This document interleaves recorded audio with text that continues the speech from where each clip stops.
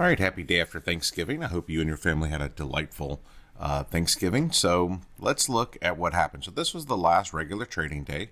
We basically stayed within these two bounce levels I gave you. And we finished the day basically at half back. And we have been just literally back and forth through the half back. This is tradable, but it's a beating. If you were to trade this, you'd want to use the bounce levels that we teach in our core strategy by going short up here and going long down here.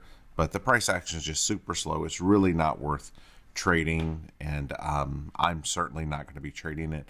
I'm going to take the time off.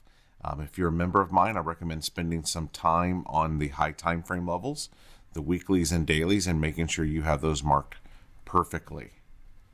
All right, talk to you later. Stay green, my friends, and to learn more about our group, go to microstrader.com.